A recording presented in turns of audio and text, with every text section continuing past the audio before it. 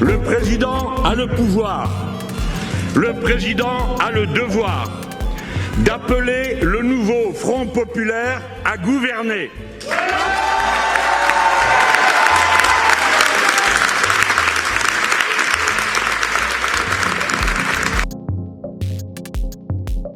A vitória do partido de esquerda Nova Frente Popular nas eleições parlamentares da França no último final de semana, que reverteram a expectativa do país e do mundo, foi mais um baque no movimento que tem mostrado o avanço da direita extrema. A ação ministrada por um movimento de união entre as alas da esquerda e de centro, reforçada pela atuação de figuras de grande exposição, como atletas e artistas, segurou o ímpeto da ala mais radical, comandada pela líder do partido Reunião Nacional, Marine Le Pen. Dias antes, no Reino Unido, a vitória esmagadora do Partido Trabalhista, que garantiu 410 das 650 cadeiras no parlamento e levou Kramer Starmer para o cargo do primeiro-ministro, também caiu como um contragolpe entre lideranças da direita pelo mundo, como Viktor Orbán, primeiro-ministro da Hungria, Giorgia Meloni na Itália, Maximiliane Krah na Alemanha, André Ventura em Portugal e Santiago Abascal na Espanha. No Brasil, Lula e os Bolsonaros tentam lucrar politicamente com os passos das eleições europeias. Confira na edição 24 do Linha Política com o professor Márcio Meirelles. Muito bem, professor. No programa de hoje a gente vai trazer duas eleições que tomaram a pauta nas últimas semanas e eleições em países mais do que importantes ou regiões mais do que importantes na esfera da política mundial. A gente está falando da França e estamos falando também no Reino Unido. No Reino Unido, na semana passada, a notícia era a vitória do Partido Trabalhista, o partido de esquerda, que levou aí o Keir Starmer para deu a vitória a ele após um longo período do Partido Conservador tendo o poder no Reino Unido. Essa vitória foi considerada esmagadora, né? Deu 410 das 650 cadeiras no parlamento do Reino Unido. E na França, vitória neste final de semana do partido da Nova Frente Popular, né? Movimentação da Nova Frente Popular, basicamente aí foi formada pelo Renascimento, um partido de centro, que é que na verdade não oficialmente, né? Mas a movimentação do Renascimento, partido de centro, que é do presidente Emmanuel Macron, também da França Insubmissa de esquerda, que já é um outro movimento, mas esse bem mais à esquerda, liderada aí pelo Jean-Luc Mélenchon, e também do ex-presidente o François Hollande, que é o da Nova Frente Popular. Essa movimentação de grupos da esquerda na França reverteram uma eleição que era esperada, dando quase como certa a vitória do partido de extrema-direita, que é o da Reunião Nacional, né? Partido esse que era esperado uma vitória na França. Professor, para a gente começar essa conversa, a gente vai se aprofundar mais nessas duas eleições, mas são vitórias de grupos de esquerda que tem significados um pouco diferentes, mas a pergunta que eu faço para o senhor para a gente começar a nossa conversa: como é que o senhor recebeu esses dois resultados em meio a um movimento mundial de crescimento da direita, principalmente quando a gente pontua a direita mais extremista? Bom, eu entendo que houve uma reação da esquerda exatamente contra esse movimento da direita, que parecia ser avassalador, né? Ou seja, era a França, depois era a Inglaterra, e na verdade o que houve foi uma ação contrária em que esses países, ou os representantes desses países, repensaram, né, a importância do crescimento da direita na Europa, pelos discursos que eles, de uma certa forma, propunham, né? Então, eu acho que houve uma parada, um pit stop, né, para as pessoas refletirem um pouco sobre esse crescimento da direita na Europa. Veja que alguns dias antes, né, o Viktor Orbán foi para a Rússia, né, e tem lá a fotografia dele junto com o Putin, apoiando o Putin nas ações contra a Ucrânia. Eu acho que aí houve também eu acho que a guerra da Ucrânia está mobilizando a esquerda de uma maneira geral no mundo, ou seja, um receio, e principalmente pelos temas deles, né?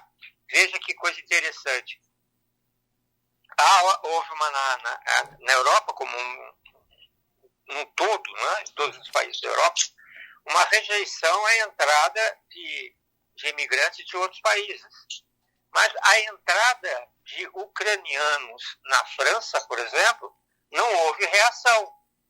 Então aí a gente bate naquela coisa extremamente terrível que foi o nascimento do nazismo, ou seja, a perseguição aos judeus. Então, um mundo que estava mais ou menos direcionado para essas diferenças raciais, a questão da etnia, a questão da identidade, parece que deu uma refletida, e eu acho que isso foi extremamente positivo.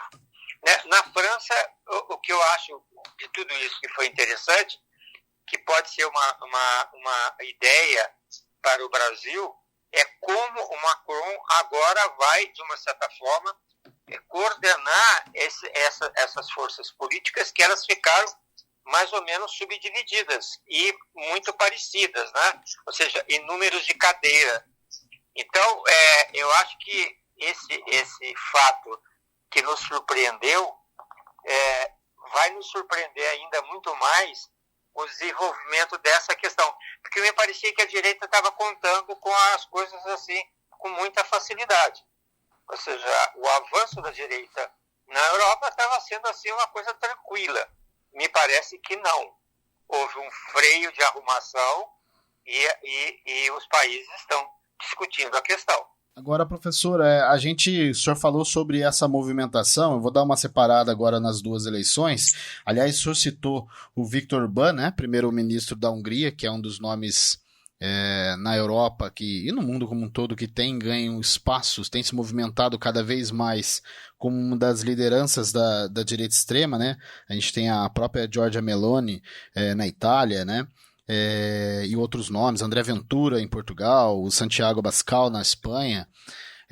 Agora, para a gente falar sobre essas últimas duas eleições, eu vou propor para o senhor uma subdivisão, porque no meu modo de entender, eu quero saber se o senhor concorda, houve uma diferença grande das duas eleições, né? No Reino Unido, uma movimentação, e já havia uma expectativa antes desta vitória do Partido Trabalhista, porque no Reino Unido há uma perspectiva muito grande da participação maior da população nestas eleições, principalmente depois de 2020, quando a gente teve a questão do Brexit, né? A saída, a eleição que deu vitória ao grupo que queria a saída do Reino Unido da União Europeia, e muito se colocou porque principalmente grupos mais jovens não atuaram, não participaram das eleições, e de lá para cá uma participação maior, e por isso se entendeu que os grupos mais alinhados à esquerda acabaram ganhando poder de lá para cá, ganhando força, e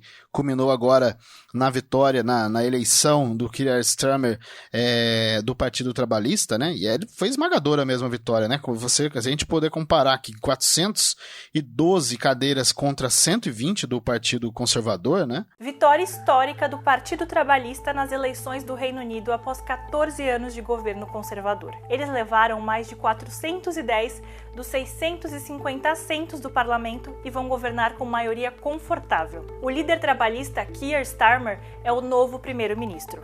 We did it!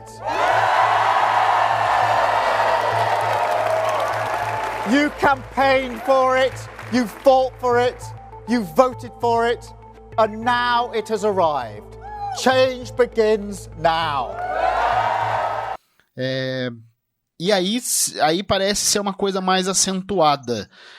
Hoje uma movimentação mais à esquerda no Reino Unido, o que esse sim bate muito de frente com essa onda do crescimento da direita, né, da direita extremista pelo mundo.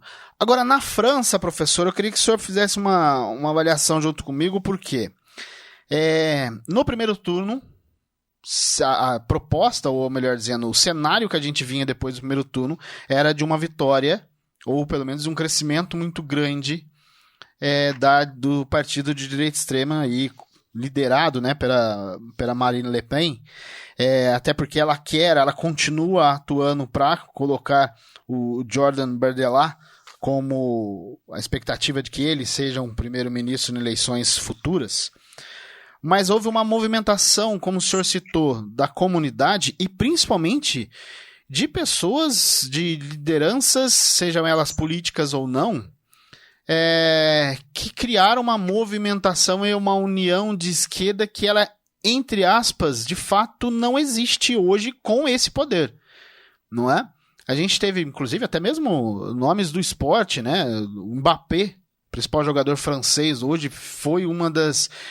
considerada... Houve uma pesquisa popular que apontou que a movimentação do próprio Mbappé ajudou a fazer com que uma parte da sociedade que não estava alinhada a essa eleição fosse às urnas, né? Estou dando um exemplo do Mbappé aqui, mas vários grupos, pessoas ligadas à cultura. O próprio Raí. O Raí, há quem diga que muito estrangeiro que tinha direito a voto o fez pela movimentação na última semana do próprio Raí. Quem não sabe, Raí, ex-jogador da seleção brasileira, de São Paulo, um ídolo do Paris Saint-Germain, que tem uma voz muito forte na França hoje, em questões sociais, né?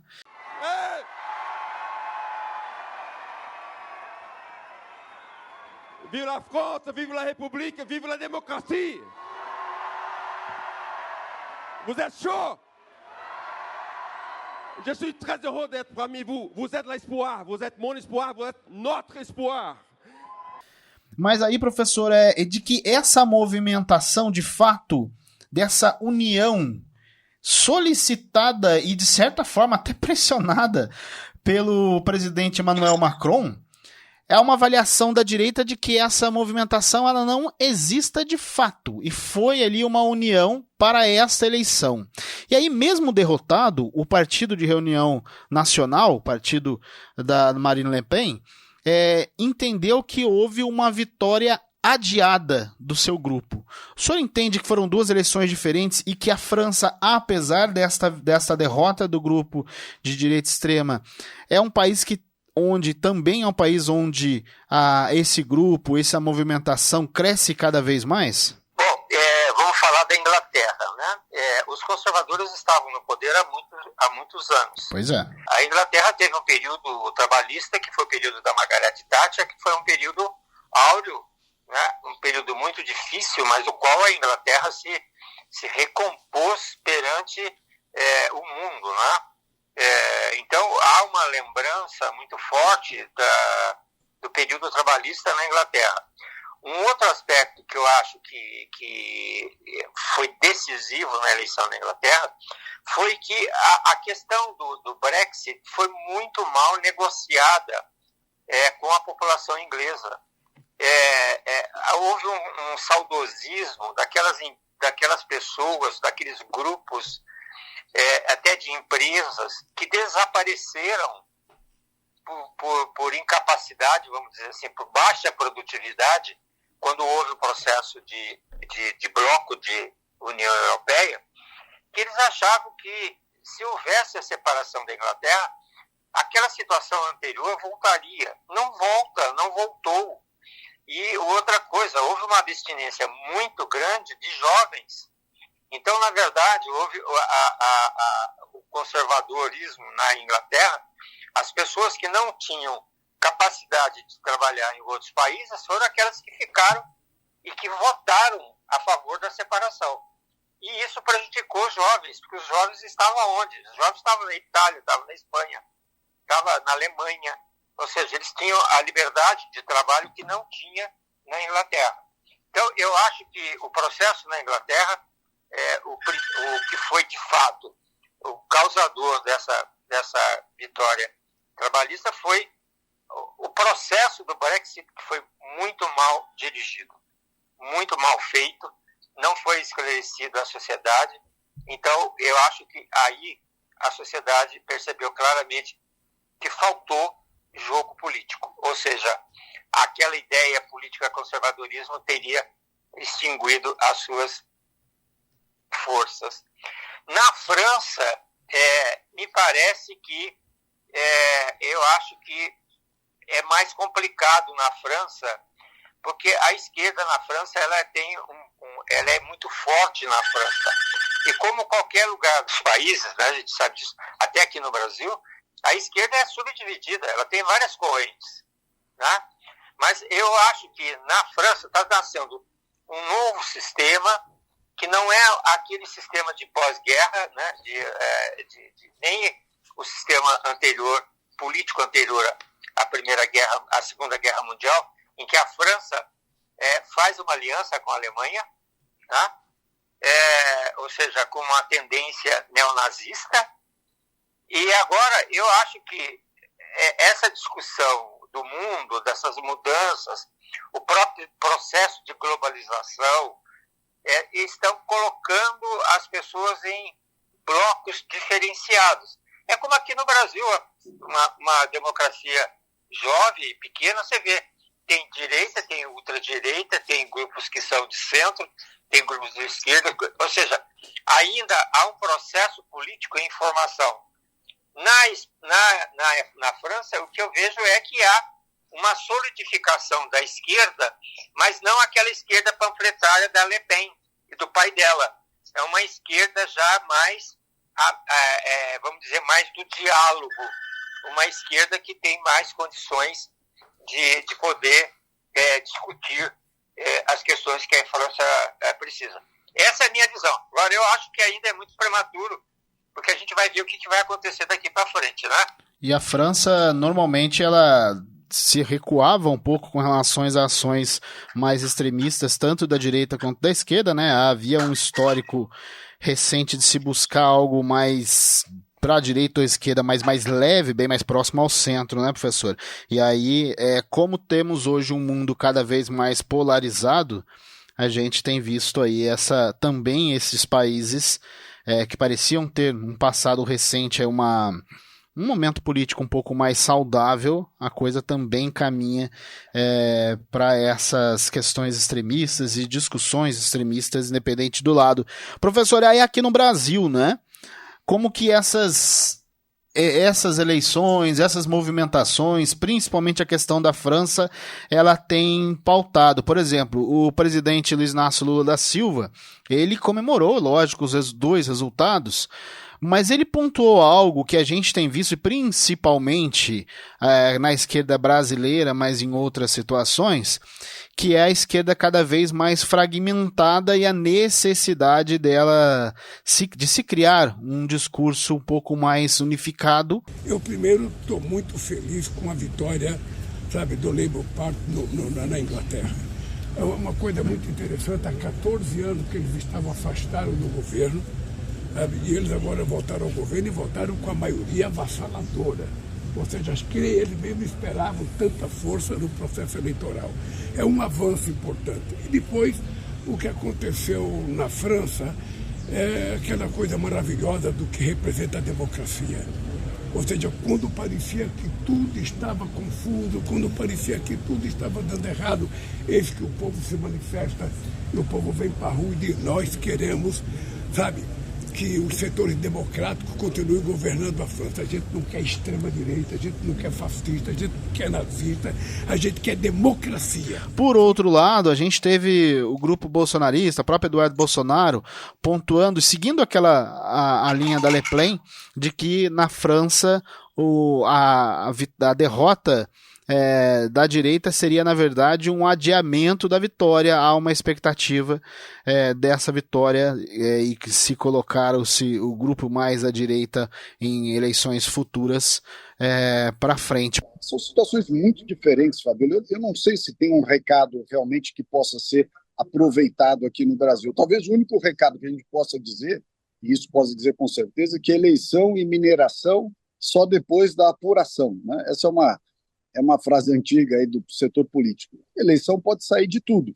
E lá previa-se que a direita ia ter uma vitória estrondosa, ela até se saiu muito bem no primeiro turno, mas houve esse acordo envolvendo os setores que tiveram mais capacidade de arregimentar votos e ganharam a eleição. Eu não sei se tem muito outro recado além desse. Professor, como é que o senhor vê, o senhor acredita que todas essas movimentações, França, Inglaterra, o próprio crescimento de outros nomes, como a gente citou agora há pouco, né, Viktor Orbán, em outros momentos aqui, o Santiago Abascal na Espanha, na própria Alemanha, né, há uma preocupação porque o Maximilian Krah hoje é um dos nomes que tem ganhado espaço também, não digo nem nas discussões políticas, mas sim, hoje em dia, infelizmente, a gente discute cada vez mais, a gente vê menos discussões políticas, mas sim a exacerbação da mostra dessas figuras, né? E também, claro, sem deixar de lado o que a gente está acompanhando no próprio Estados Unidos aí, um Trump cada vez mais vendo o seu caminho de volta à Casa Branca próximo, enquanto a gente tem uma situação complicada lá, porque o Biden enfraquecido, imagem enfraquecida nas eleições que se aproximam dos Estados Unidos. Como é que o senhor acompanha tudo isso e vê os reflexos aqui para o Brasil, professor? Bom, é uma complexidade difícil da gente, mas vamos lá. O que eu acho é o seguinte, tanto lá como cá, há uma questão muito séria, que é uma questão de fragmentação política. Há uma clara definição de que a sociedade não acredita nos partidos. Consequentemente, não existem líderes mundiais. Ou seja, em qualquer lugar que você imaginar, a gente percebe claramente que nós temos líderes de pé de barro, né? Veja os Estados Unidos, a maior democracia do mundo, um país que se fez através da liberdade, né? Através da democracia, da república, ter dois presidentes, um senil, né? Mas com problemas de agravamento da senilidade, e um outro totalmente fanfarrão. Mas, e veja, dois partidos que dominaram os Estados Unidos, democratas e os republicanos, não ter um líder à altura de uma democracia do tamanho dos Estados Unidos. Então, o que eu acho hoje, com a questão da informática, a questão da internet, a questão da velocidade das notícias, o fato de você ter notícias, situações de modificação de notícias muito rápidas, o mundo que nós conhecíamos, ele está, não que ele está em crise, que ele está acabando, mas ele está passando por um processo de acomodação que reflete uma série de coisas muito importantes na humanidade, né? E nós que estudamos, olhamos, observamos, percebemos claramente que o panorama é o mesmo em quase todos os países do mundo. A falta de liderança, a falta de substitutos, né, para poder representar uma linha de pensamento, a fragmentação dos partidos políticos, a desconfiança da sociedade no processo político e nos políticos. Então, nós estamos vivendo um momento de acomodação. Não é que o mundo vai acabar, que tudo vai ser mudado, nada disso. É simplesmente uma realidade nova da qual nós não estamos acostumados a ver. Então, por exemplo, aqui no Brasil, eu vejo o seguinte, quais são os partidos políticos no Brasil ideológicos? Não existem. Aqui no Brasil, falar de direita e de esquerda, eu acho isso uma temeridade. Porque o Lula não é de esquerda e Bolsonaro não é de esquerda, de direita. Né? Não tem a filosofia, uma ideologia baseada em experiências, em estudos, ou seja, em inteligência. Nós temos o quê? Populistas de direita, populistas de esquerda. Então, o que pode ocorrer, na minha opinião, com essas eleições agora, municipais, a gente pode ter uma visão um pouco melhor. A economia não vai deslanchar, vai ficar isso mesmo, o Lula vai terminar o governo dele.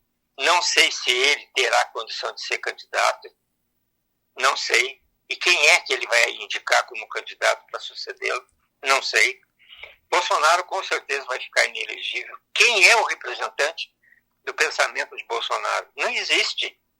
Então, eu acho que aqui no Brasil, os reflexos de lá ocorrem num outro nível de uma política já, de uma sociedade já mais instruída, mais, vamos dizer assim, mais feita aos aspectos políticos dos seus países, povos que atravessaram guerras, povos que fizeram lutas internas, lutas externas, uma sociedade que viveu de lutas entre povos, questão territorial. Então, lá eu acho que eles estão muito mais próximos de uma visão mais clara para a gente. E aqui no Brasil nós estamos engatinhando, nós estamos procurando caminhos, né? Quando você, por exemplo, pensa em líderes aqui no Brasil, de todos esses que estão aí, não, na minha opinião, não tem força política para se manter no poder. E quem são os novos? Não sei, Geraldo Alckmin, a Tabata, Ratinho, enfim, quem são os outros líderes que têm uma política clara, que têm uma ideologia clara e que têm um programa de governo claro? Então, eu vejo que a lição que nós devemos ter é exatamente observar o que está acontecendo lá fora, para a gente tentar chegar aqui numa situação um pouco mais clara, uma situação mais estável, para que você possa realmente definir quem são aqueles que vão dirigir o nosso futuro. É assim que eu vejo. E infelizmente, a gente tem visto as discussões políticas caírem cada vez menos pro conteúdo, pro planejamento, né, professor? E sim virar uma feira aí de atender alguns extremismos e grupos, né?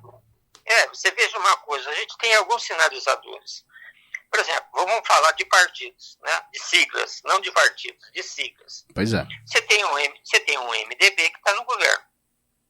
Você tem um PSB que está no governo. Você tem um PT que está no governo.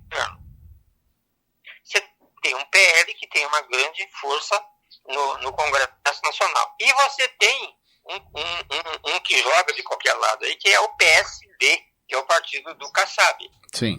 Então, como fazer uma união de direita e de esquerda no Brasil? Eu acho extremamente complexo pensando nesses líderes. Porque o que é de centro? O que é de direita? O que é de esquerda? O que é de ultradireita? O que é de ultra-esquerda?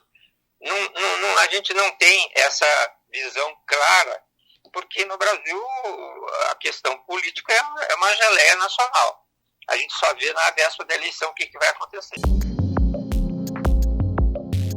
Essa foi a edição número 24 do Linha Política. No programa de hoje, você ouviu áudios do UOL, BBC Brasil e Folha de São Paulo. Ficamos por aqui. Apresentação e produção de Francisco Assis.